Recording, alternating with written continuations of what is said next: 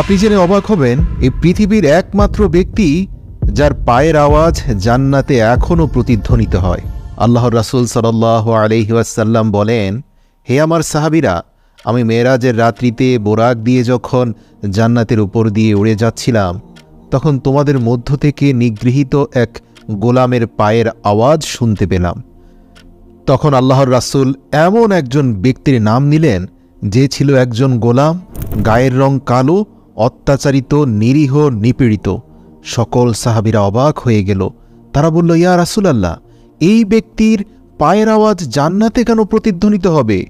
তখন আল্লাহর রাসূল বললেন, হ্যাঁ, এটা আমার কথা নয়, এটা সরাসরি জিবরাইল আমিন আমাকে বলেছেন, এটা আল্লাহর নির্দেশ। প্রিয় দর্শক, আপনাদের জানিয়ে রাখি, উমাইয়া ইবনে খালফ ছিলেন মক্কার নেতাদের মধ্য হতে একজন গুরুত্বপূর্ণ এবং প্রভাবশালী নেতা। বলা যেতে পারে কুফর ও শিরকের এক শ্রেষ্ঠ উদাহরণ এই ব্যক্তি। তৎকালীন সময়ে তাকে বলা হতো মুসলমানদের জন্য এক জীবন্ত শয়তান। একদিন সে জানতে পারল যে তার এক দাস মূর্তি পূজা করতে অস্বীকার করছে এবং অন্য কাউকে নিজের মাবুদ বানিয়েছে। সে তৎক্ষণাৎ তার সেই দাসকে ডেকে জিজ্ঞাসা করল, আমি শুনেছি তুমি অন্য কোনো দেবতার ইবাদত করছো, সত্যি করে বলো তুমি কার ইবাদত করো? গোলাম বলল, আমি মুহাম্মদ সাল্লাল্লাহু আলাইহি ওয়াসাল্লামের রবের ইবাদত করি। উমাইয়া ইবনে খালফ এ কথা শুনে রাগে লাল হয়ে গেলেন এবং বললেন, মুহাম্মদের রবের ইবাদত করার মানে হচ্ছে তুমি আমার পবিত্র মূর্তিসমূহের শত্রু হয়ে গেছ। ভালোই ভালোই সোজা পথে ফিরে এসো, নাইলে অপমানিত হয়ে মৃত্যুবরণ করবে। আমি কিছুতেই এটা সহ্য করতে পারি না যে তুমি একজন মূর্তির পূজারীর দাস হয়ে মুহাম্মদের ঈশ্বরের ইবাদত করো। কিন্তু সে দাস কি উত্তর দিলেন জানেন? সে একনিষ্ঠ হৃদয়ে বলল, হে আমার মালিক, আমার শরীরের উপর আপনার হস্তক্ষেপ চলতে পারে, তবে আমার অন্তরের উপর আপনার কোনো ক্ষমতা চলবে না। আমি আমার হৃদয় এবং আমি আমার প্রাণ মুহাম্মদ এবং তার আল্লাহর জন্য সঁপে দিয়েছি। কোনোভাবেই মূর্তির সামনে মাথা নত করা আমার পক্ষে সম্ভব নয়। গোলামের এই উত্তর শুনে উমাইয়া বিন খালফ রাগে এবং ক্ষোভে যেন উন্মাদ হয়ে গেল। একজন কৃতদাস তার মুখের উপর এত সাহসিকতা প্রদর্শন করল, এই মুহাম্মদের অনুসারীদের মধ্যে সাহস বেড়ে যাচ্ছে। সে কঠোরভাবে বলল, ঠিক আছে, তাহলে এবার তোর ধর্মত্যাগের মজা উপভোগ কর, আমিও দেখব কিভাবে মুহাম্মদ এবং তার ঈশ্বর তোকে রক্ষা করে। এরপর থেকে সে গোলামের উপর শুরু হয় অমানবিক অত্যাচার। মরুভূমির উত্তপ্ত বাড়ির উপর খালি গায়ে তাকে পাথর চাপা দেওয়া হয়েছিল। উমাইয়া তার এই নিগৃহীত কৃতদাসকে দুপুরের প্রখর রোদে উত্তপ্ত মাটিতে শুইয়ে তার বুকের উপর একটি ভারী পাথর রেখে অনবরত চাবুক দিয়ে আঘাত করছিল আর বলছিল, মুহাম্মদের ধর্ম থেকে ফিরে আয়। কিন্তু এই কঠোর নিপীড়ন নির্যাতন সত্ত্বেও সেই গোলামের মুখ থেকে একটি শব্দ বের হচ্ছিল, তা হচ্ছে আল্লাহ আহাদ, আল্লাহ এক, আল্লাহ এক। প্রিয় দর্শক, আল্লাহ এক এই বাণীটা কেন কাফেরদের অন্তরে আগুন ধরিয়ে দিত জানেন? এর কারণ প্রত্যেকটি কাফের আসলে আল্লাহকে মানত, কিন্তু তারা দৃঢ়ভাবে বিশ্বাস করত যে আল্লাহর সাথে আরও অনেক শরিক আছে। তাদের মূর্তিদেরকেও আল্লাহর সমকক্ষ মনে করত। তাই আহাদ আহাদ এটাই ছিল তৎকালীন ইমানদারদের সবচেয়ে বড় তাকবীর। যাই হোক, সেই গোলামের মুখ থেকে আল্লাহ আহাদ, আল্লাহ এক এবং অদ্বিতীয় এই কথা শুনে ক্ষিপ্ত হয়ে অত্যাচারের মাত্রা আরও বাড়িয়ে দিল। একবার তো উমাইয়া তার অত্যাচারের মাত্রা ছাড়িয়ে গেল। সে তার কৃতদাসকে পুরো একদিন সারা দিন সারা রাত ক্ষুধার্ত ও তৃষ্ণার্ত রেখে উত্তপ্ত বালির উপর শুইয়ে তার উপর কষ্টের স্টিম রোলার চালিয়ে দিল। কিন্তু তার এত অত্যাচার সত্ত্বেও সে তার দাসকে ৭০ দিন থেকে বিরত রাখতে পারেনি। অবশেষে ক্লান্ত হয়ে উমাইয়া মক্কার কিছু বদমাশ ছেলেপেলেদেরকে ডেকে আনল এবং তাদেরকে বলল, এই কৃতদাসকে এতটা যন্ত্রণা এবং কষ্ট দাও যাতে সে মুহাম্মদ এবং তার রবের নাম নিতেও ভুলে যায়। এই বদমাশ ছেলেরা উমাইয়ার সন্তুষ্টি লাভ করার জন্য সে অসহায় কৃতদাসকে অত্যন্ত বাজেভাবে মারধর করতে লাগল। তারা সেই গোলামের শরীর থেকে সমস্ত কাপড় খুলে নিল, শরীরে লোহার চাদর দিয়ে ঢেকে প্রখর রোদে দাঁড় করিয়ে রাখত। কিন্তু সে গোলামের মুখ থেকে আহাদ আহাদ ছাড়া আর কিছুই বের হতো না। আল্লাহু আকবার! চিন্তা করুন, আজ ইসলামের লেবাসধারীরা সব জায়গায় সম্মানিত হয়, উন্নতমানের খাবার এবং আহার পায়, ওয়াজ মাহফিলে মোটা অঙ্কের অর্থ পায়, আর সে সময় শুধুমাত্র এক এবং অদ্বিতীয় খোদার অনুসরণ করার অপরাধে পাথর চাপা দিয়ে মরুভূমিতে চাবুকের আঘাত করা হতো। ইসলামের জন্য এই অবর্ণনীয় জুলুম এবং নির্যাতন সহ্য করা এই সাহাবী আর কেউ নয়, হযরত বিলাল হাবশী রাদিয়াল্লাহু তাআলা আনহু। আল্লাহ রাসূল বলেন, আমি জান্নাতের উপর দিয়ে উড়ে যাওয়ার সময় যে পায়ের আওয়াজ শুনতে পেলাম, আমি জিবরাইলকে জিজ্ঞেস করলাম, এই মহান ব্যক্তিকে যার পায়ের আওয়াজ পুরো জান্নাতময় ভেসে বেড়াচ্ছে। তখন জিবরাইল বলল, ইয়া রাসূলাল্লাহ, এ হচ্ছে আপনার সাহাবী হযরত বিলালের পায়ের আওয়াজ।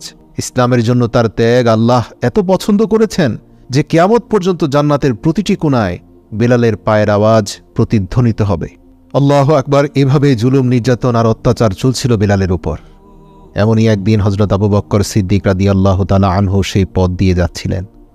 হযরত আবু বকর সিদ্দিক রাদিয়াল্লাহু তাআলা আনহু উমাইয়াকে ডেকে বললেন, হে উমাইয়া, এই অসহায় ও মজলুম ব্যক্তির উপর এত অত্যাচার কেন করছো ভাই? বুঝলাম সে তোমার গোলাম, তাই বলে এত অমানবিক হওয়া কি তোমার মানায়? সে যেহেতু এক এবং অদ্বিতীয় আল্লাহর ইবাদত করে, তুমি তার উপর একটু এহসান করলে এই অনুগ্রহ প্রদর্শনের জন্য পরকালে তুমি আল্লাহর কাছে অনেক যাজা খায়ের পাবে। এ কথা শুনে উমাইয়া অত্যন্ত ঔদ্ধত্যের সাথে বলল, আমি তোমার এইসব কাল্পনিক আখিরাতের ধারণায় বিশ্বাস করি না। আমার মনে যা আসে আমি তাই করব। হযরত আবু বকর সিদ্দিক রাদিয়াল্লাহু তাআলা আনহু এই উত্তর শুনে খুবই ব্যথিত হলেন। কিন্তু তারপরও হযরত আবু বকর সিদ্দিক রাদিয়াল্লাহু তাআলা আনহু তাকে বুঝিয়ে বলতে লাগলেন, ভাই, এই অসহায়টি মানুষের উপর আর অমানবিক জুলুম নির্যাতন করো না। উমাইয়া আবু বকরের এই অনবরত অনুরোধ শুনে বিরক্ত হয়ে বললেন, তুমি যদি এই গোলামের প্রতি এতই সহানুভূতিশীল হও, তাহলে এই মক্কার সর্বশ্রেষ্ঠ গোলাম ফাস্তাগ রুমিকে আমার হাতে দিয়ে দাও আর আমার এই নিকৃষ্ট গোলামকে নিয়ে নাও। প্রিয় দর্শক, একটা কথা বলি, মক্কার সবচেয়ে শক্তিশালী এবং সাহসী গোলামের নাম ছিল ফাস্তাগ রুমি। সেই গোলামের মালিক ছিল হযরত আবু বকর রাদিয়াল্লাহু তাআলা আনহু।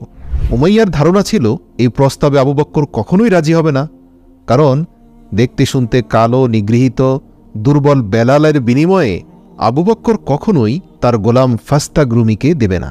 কিন্তু আবু বকর রাদিয়াল্লাহু তাআলা আনহু উমাইয়াকে অবাক করে দিয়ে সাথে সাথে রাজি হয়ে গেলেন। যেখানে উমাইয়ার ধারণা ছিল যে ফাস্তাগ একজন অত্যন্ত বরকতময় এবং সাহসী শক্তিশালী গোলাম, যার দাম বেলালের থেকে কয়েক গুণ বেশি, যে বিনিময়ে কখনোই আবু বকর রাজি হবে না, সেখানে আবু বকর এত সহজে রাজি হয়ে গেল। সঙ্গে সঙ্গে উমাইয়া নিজের ঘোল পাল্টে ফেলল এবং বলল, ঠিক আছে, শুধু তোমার ওই ফাস্তাগ রুমিকে দিলেই হবে না, সাথে 40 উকিয়া রৌপ্যও দিতে হবে। হযরত আবু বকর সিদ্দিক রাদিয়াল্লাহু তাআলা আনহু বললেন, হ্যাঁ দেব, তবে শর্ত হচ্ছে এই মুহূর্ত থেকে আর একটি আঘাতও তুমি বেলালের গায়ে করতে পারবে না। উমাইয়া রাজি হয়ে গেল। সে মক্কার সবচেয়ে সাহসী এবং শক্তিশালী গোলামকে পেয়ে গেল, সাথে 40 উকিয়া রৌপ্যও পেল। হযরত বেলাল রাদিয়াল্লাহু তাআলা আনহুকে খরিদ করে আবু বকর রাদিয়াল্লাহু তাআলা আনহু সাথে সাথে রাসূল সাল্লাল্লাহু আলাইহি ওয়াসাল্লামের দরবারে হাজির হয়ে গেলেন। রাসূলুল্লাহ সাল্লাল্লাহু আলাইহি ওয়াসাল্লাম বেলালের এই কথা শুনে অত্যন্ত খুশি হয়ে বললেন, হে আবু বকর, দয়া করে এই নেক কাজে আমাকেও শরীক করো। সিদ্দিকে আকবর রাদিয়াল্লাহু তাআলা আনহু বললেন, হে আল্লাহর রাসূল, আমি ইতিমধ্যে তাকে আল্লাহর রাস্তায় আজাদ করে দিয়েছি। এই কথা শুনে আল্লাহর রাসূলের চোখে পানি এসে গেল। সিদ্দিকে আকবর রাদিয়াল্লাহু তাআলা আনহুর জন্য রহমতের দোয়া করলেন। হাদিসে আছে, পৃথিবীর সকল নবী রাসূলের পরে এই পৃথিবীর যত সাধারণ মানুষ রয়েছে, তাদের সবার আমলকে এক পাল্লায় রেখে আবু বকরের আমল এক পাল্লায় রাখলেও আবু বকরের আমল তাদের থেকেও শ্রেষ্ঠ হবে। হযরত বিলাল রাদিয়াল্লাহু তাআলা আনহু তার জীবনে 28টি বছর গোলাম হিসাবে কাটিয়েছেন। কিন্তু যেহেতু তিনি অত্যন্ত ধার্মিক ও বিশুদ্ধ প্রকৃতির একজন মানুষ ছিলেন, তাই যখন রাসূল সাল্লাল্লাহু আলাইহি ওয়াসাল্লাম তাকে তাওহীদের দাওয়াত দিলেন, হযরত বিলাল রাদিয়াল্লাহু তাআলা আনহু সঙ্গে সঙ্গে ইসলামের দাওয়াত কবুল করলেন।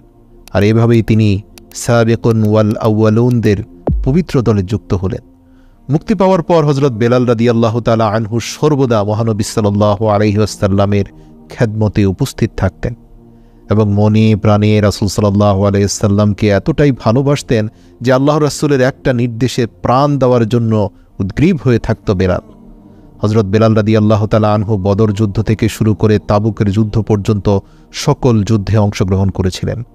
কিন্তু ইসলামের জন্য হযরত বেলালের সর্বশ্রেষ্ঠ খেদমত এবং তার নিজের জন্য সর্বশ্রেষ্ঠ মর্যাদার বিষয় ছিল এটাই যে তিনি ছিলেন ইসলামের প্রথম মুয়াজ্জিন।